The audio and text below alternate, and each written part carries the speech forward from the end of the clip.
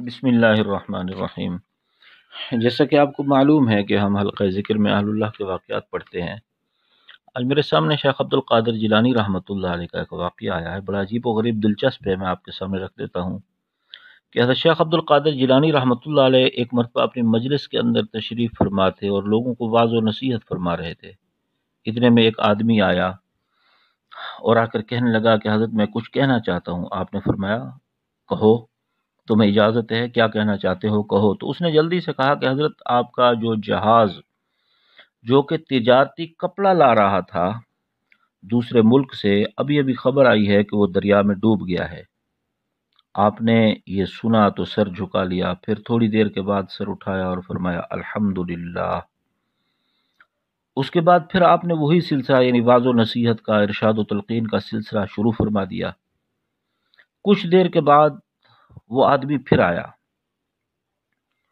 اور اندر داخل ہو کر کہنے لگا کہ حضرت میں کچھ کہنا چاہتا ہوں۔ حضرت نے فرمایا کہو۔ تو وہ کہنے لگا کہ حضرت وہ پہلے والی جو خبر تھی وہ غلط تھی۔ اب ساحل کے قریب والے لوگ بتا رہے ہیں کہ وہ جہاز آپ کا نہیں تھا جو کہ بیچ دریا کے ڈوب گیا، بلکہ آپ کا جہاز تو بخیر و عافیت منزل پر لنگر انداز ہونے کو ہے۔ یہ سن کر آپ نے پہلے کی طرح پھر سر جھکایا اور تھوڑی دیر کے بعد سر اٹھا کر فرمایا الحمدللہ۔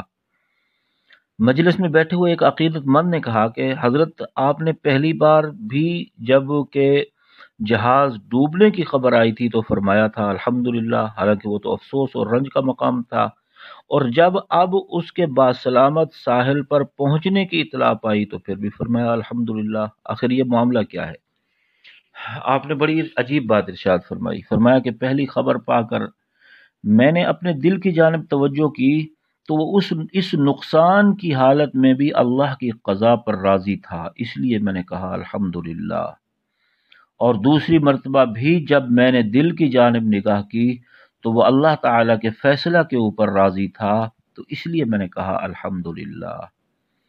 ہاں، اللہ والے جو ہے وہ ہمیشہ ہر حال میں اللہ کے فیصلوں پر راضی اور شاکر رہتے ہیں، اور اپنے عمل سے اپنے حلقہ بگوشوں اور ارادت مندوں کو یہی کچھ سکھاتے ہیں۔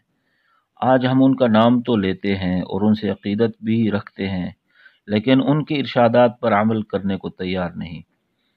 اللہ تعالی ہمیں ایسے بزرگوں سے اور ان کی تعلیمات پر جو ہے عمل کی توفیق عطا فرمائے۔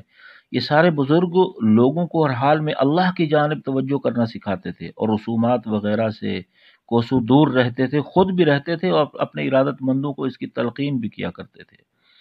ان کا جو طریقہ تھا وہ اتباع سنت کا تھا، اتباع سنت کا، اور اتباع سنت ایک ایسی چیز ہے کہ اس پر اللہ تعالی نے انسان کی مغفرت کا وعدہ فرمایا ہے۔ قل ان کنتم تحبون اللہ فاتبعونی یحببکم اللہ ویغفر لکم ذنوبکم۔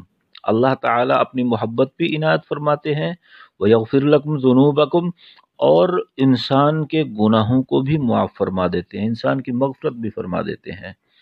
تو ہمیں چاہیے کہ ہم اتباع سنت کو کامل پکڑیں۔ اللہ تعالی ہمیں ان باتوں پر عمل کرنے کی توفیق عطا فرمائے۔ وآخر دعوانا ان الحمدللہ رب العالمین۔